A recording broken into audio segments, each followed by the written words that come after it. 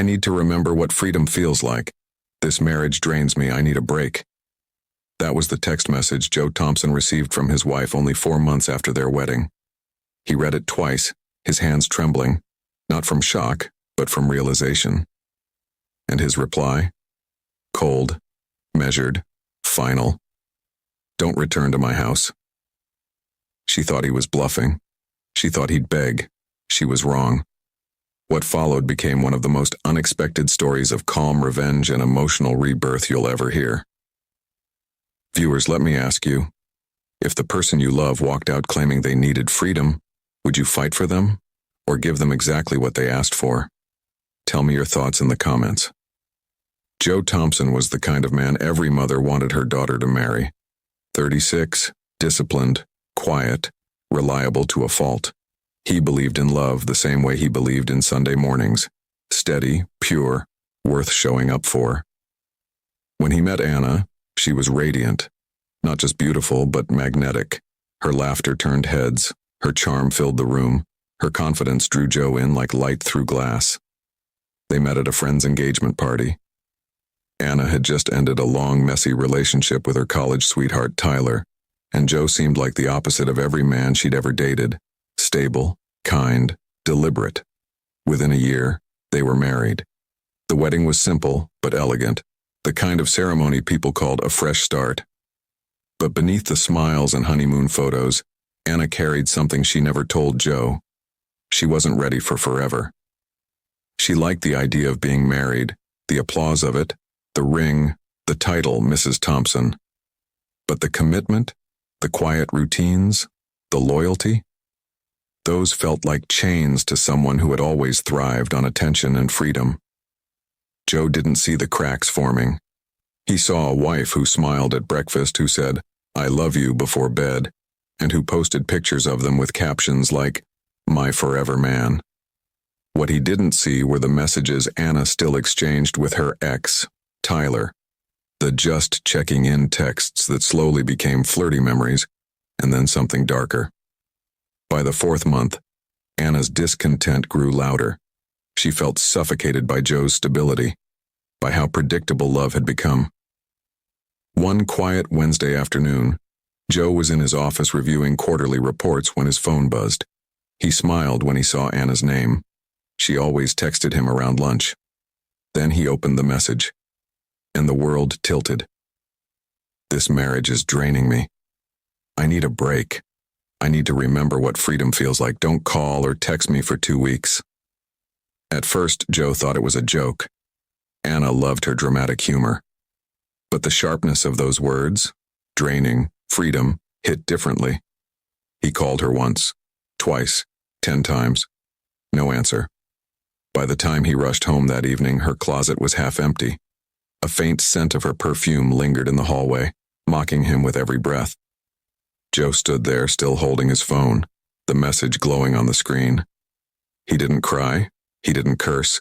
He just stared at her last words until they stopped feeling like text and started feeling like truth. And in that silence, something inside him quietly broke, and something else began to harden. The first 2 nights after Anna left were endless. Joe barely slept. Every hour he checked his phone, hoping she'd text again, say it was just an impulsive outburst, that she didn't mean any of it. But her silence was absolute. The house was painfully quiet, like even the walls refused to speak. He found himself replaying memories like reruns of a show he no longer enjoyed. Their first date at the rooftop cafe, the way she'd leaned across the table and said, "You feel like safety." He thought that meant love. Now he realized it might have meant comfort, something to hold on to until she found excitement again. By the 3rd day, Joe stopped waiting for her message. Instead, he started noticing little things around the house that hurt more than her absence. The half-empty perfume bottle on the dresser, the coffee mug she always used, the folded note she'd once left on his desk that said, "I'm lucky to have you." Those words felt like mockery now.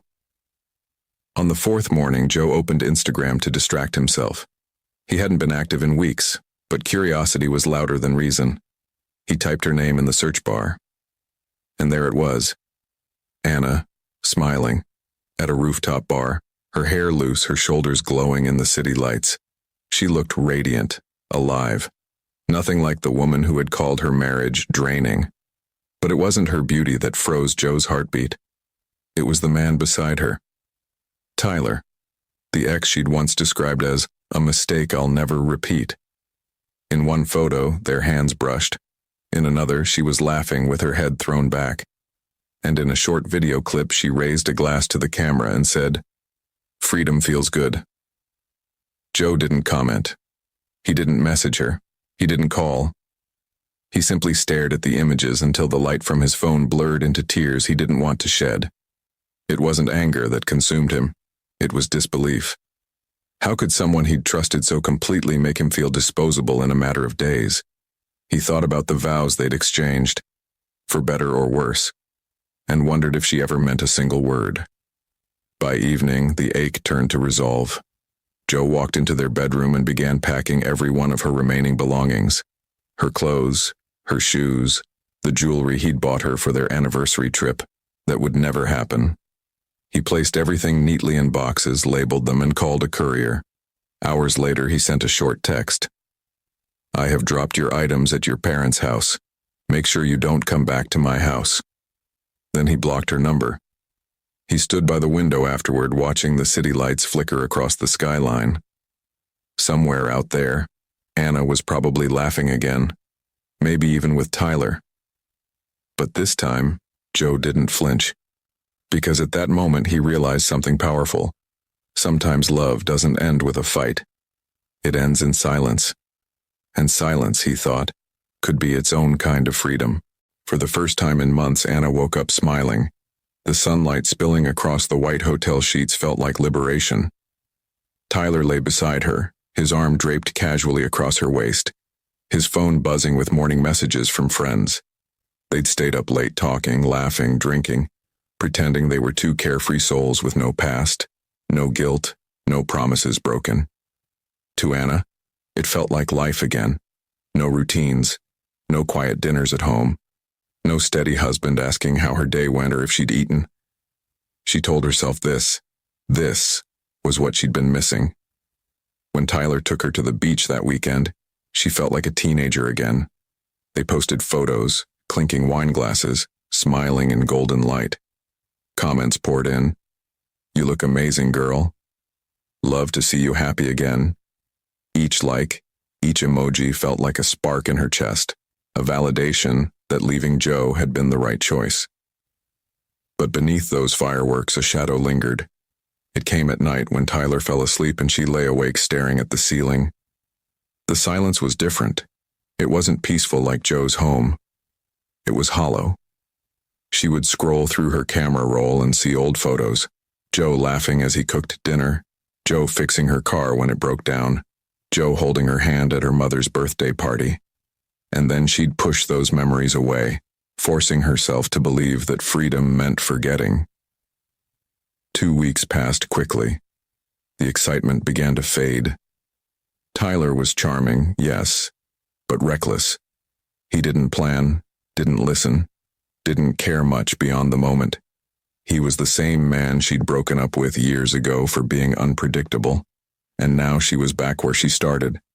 Except this time, she had a husband she'd betrayed. One evening, Anna reached for her phone, thinking about Joe. She opened their old text thread. No new messages, no missed calls. Just that last sentence staring at her like a wall of ice. "Make sure you don't come back to my house."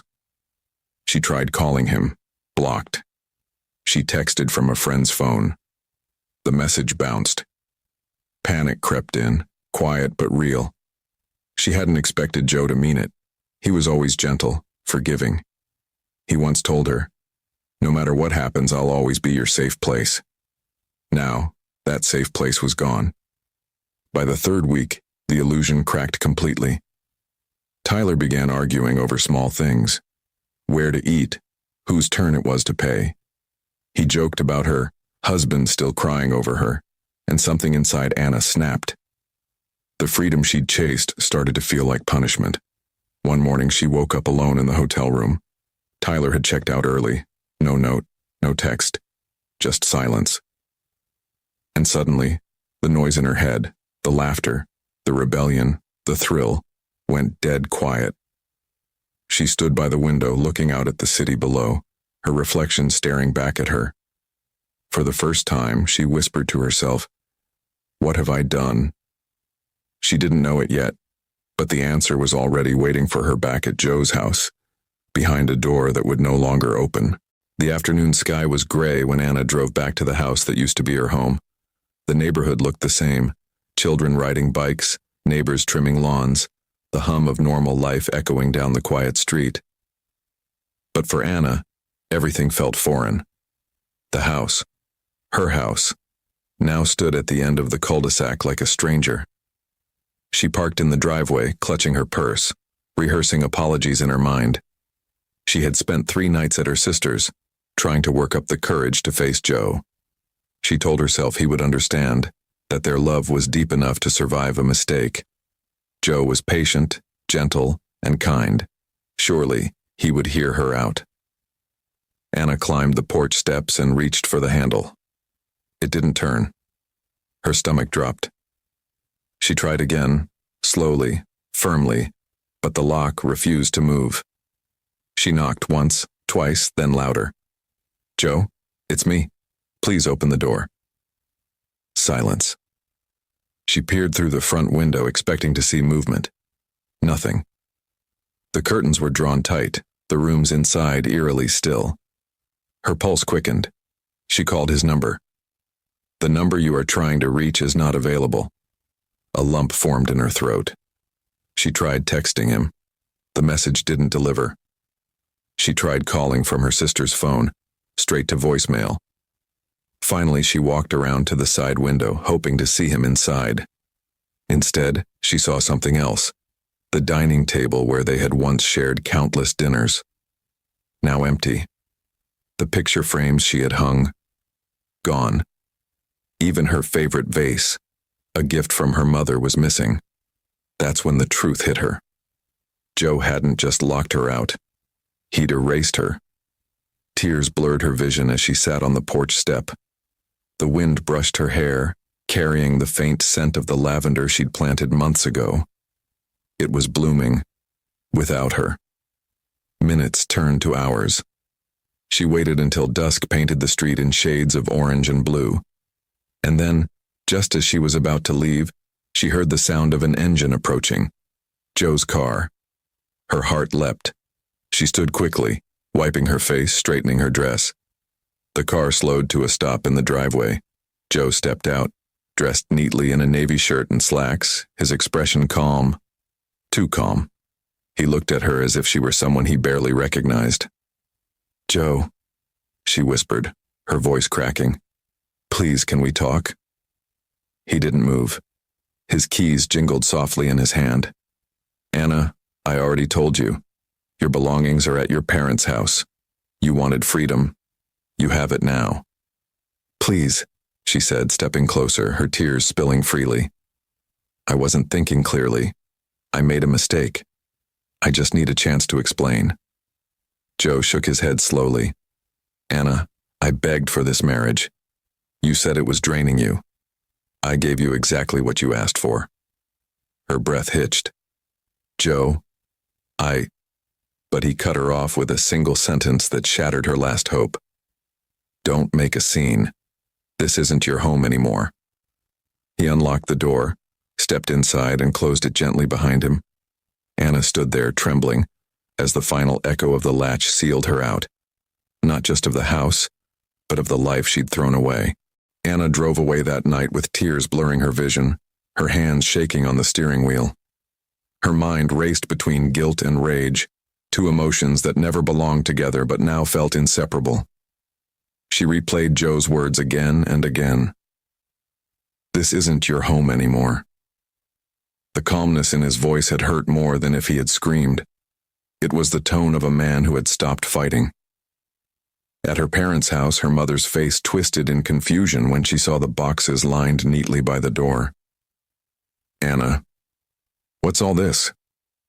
Anna couldn't answer.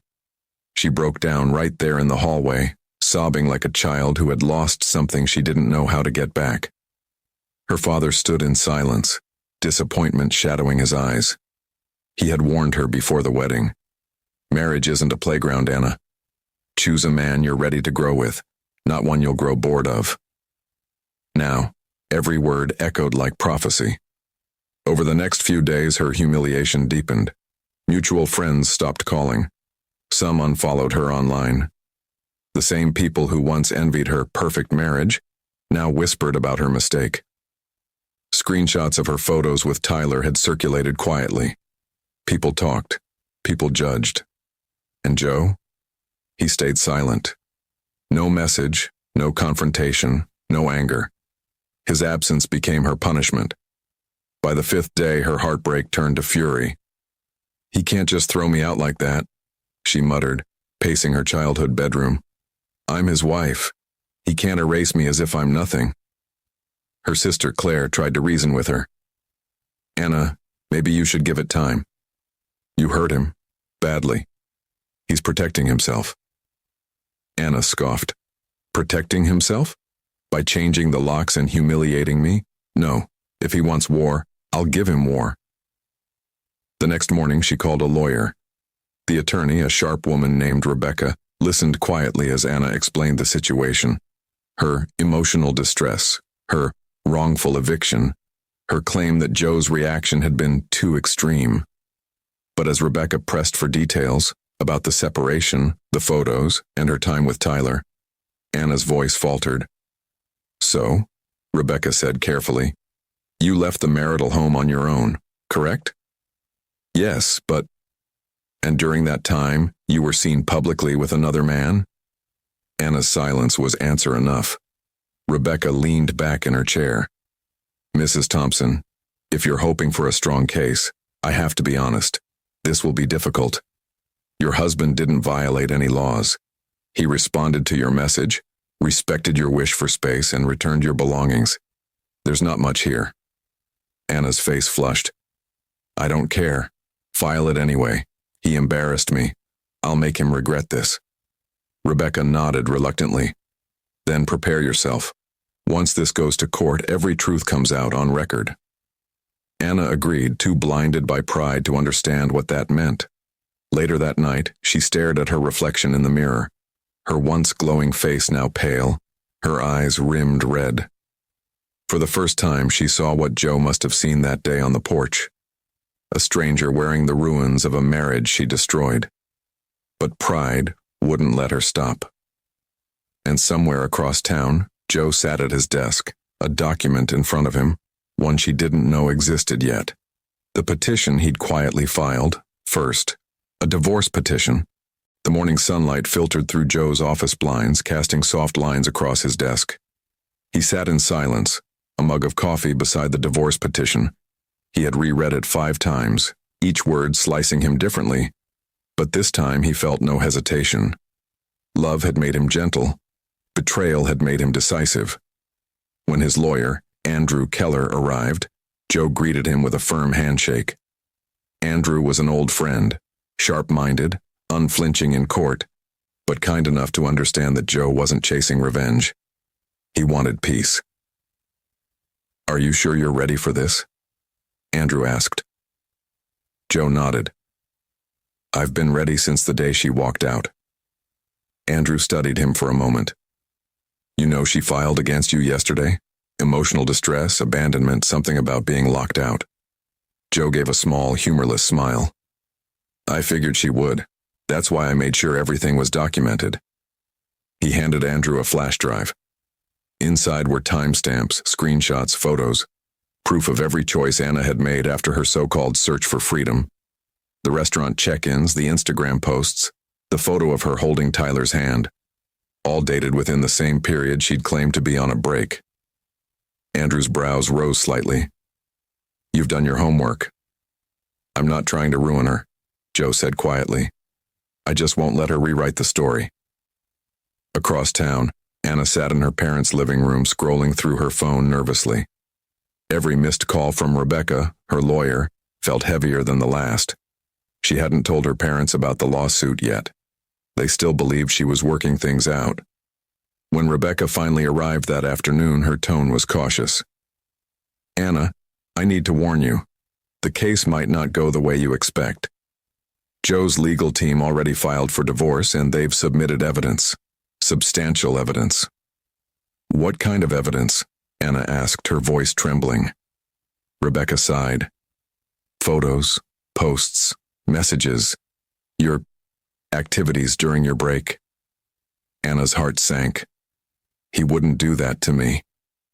"He didn't have to do anything," Rebecca replied calmly. "You did it to yourself. Those pictures are public, Anna. Once they're presented, the court won't see a neglected wife. They'll see a woman who abandoned her marriage." Anna's throat tightened. "But I just needed time. Space. That's not betrayal." Rebecca looked her in the eye. "You spent that space with your ex publicly. The court won't care about feelings. They'll care about facts." Anna felt her stomach twist. She had built her defense on emotion, but Joe had built his on evidence. That evening, she scrolled through her old photos again. The wedding day, their honeymoon, Joe smiling as he carried her across the threshold of this very house. She remembered his promise. "I'll never give up on you." And yet, he had. Or maybe, she realized painfully, she'd made him. For the first time, Anna saw the true meaning of freedom. It wasn't joy without rules. It was loneliness without reason. The next day, the courtroom doors would open and both of them would step inside, one seeking justice, the other seeking redemption. But only one of them would leave with peace.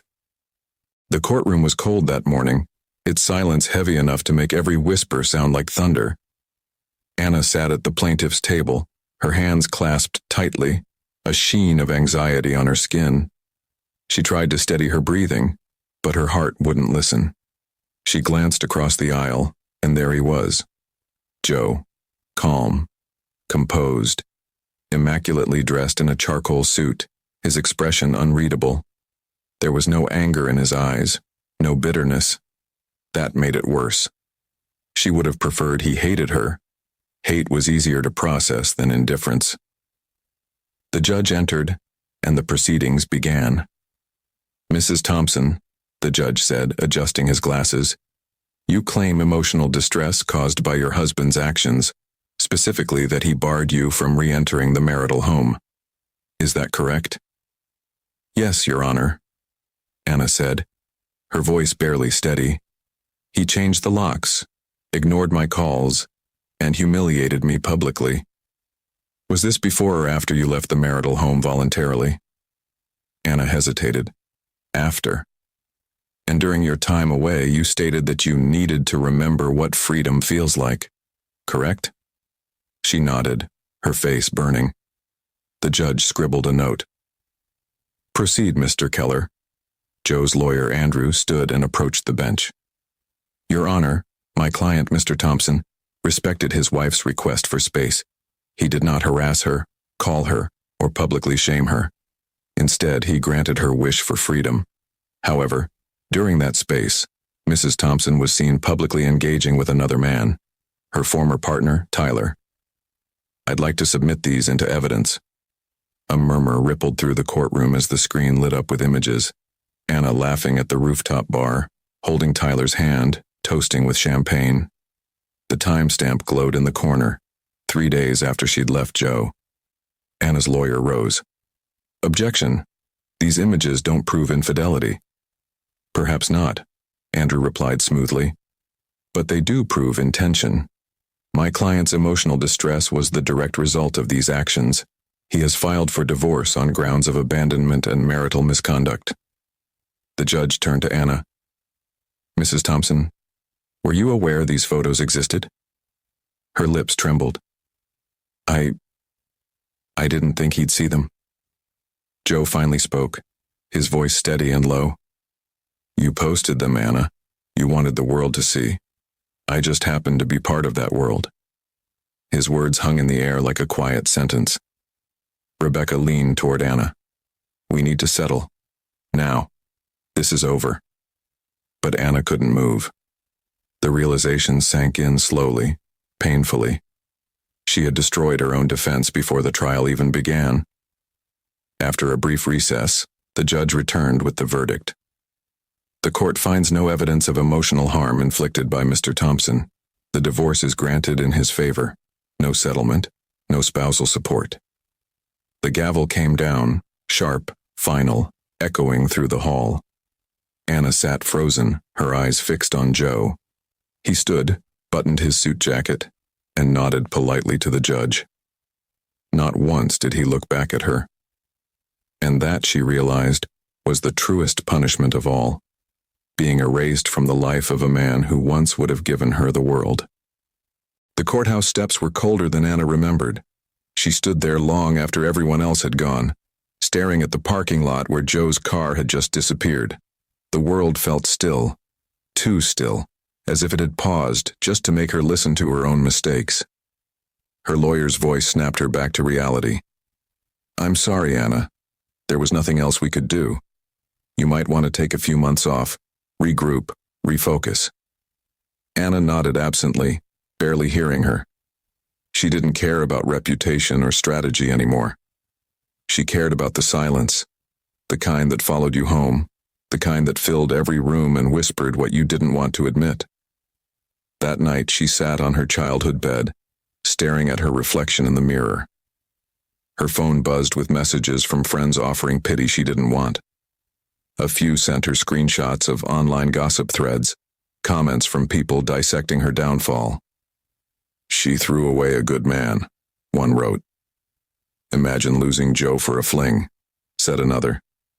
Each word stung like acid. When she scrolled through her old photos, she saw the timeline of her collapse. Smiles that now looked forced, captions that mocked her in hindsight. "Married my peace. Forever is a choice." She laughed bitterly. She'd chosen wrong, and forever had ended in 4 months. The days that followed were slow, merciless. She tried reaching Joe one last time, not to beg, but to apologize. Every call failed. Every email bounced back. He had truly vanished from her life. Even their mutual friends had distanced themselves, unwilling to be caught between loyalty and morality. Her parents watched her with quiet disappointment. Her father rarely spoke, but when he finally did, his words were simple and sharp. "Freedom without wisdom is destruction, Anna. You wanted to fly, but you forgot to build wings." She wept that night, really wept, for the first time since it all began. Not for Joe's loss, not for public shame, but for the woman she could have been had she cherished what she had. Across town, Joe's world was calm again. His home was quiet, but it was a peaceful kind of quiet, the kind that came from healing, not emptiness. He'd donated half of Anna's furniture, repainted the living room, and replaced the wedding photos with landscapes. He went back to the gym, reconnected with old friends, and started running every morning. With every mile, the weight on his chest lifted.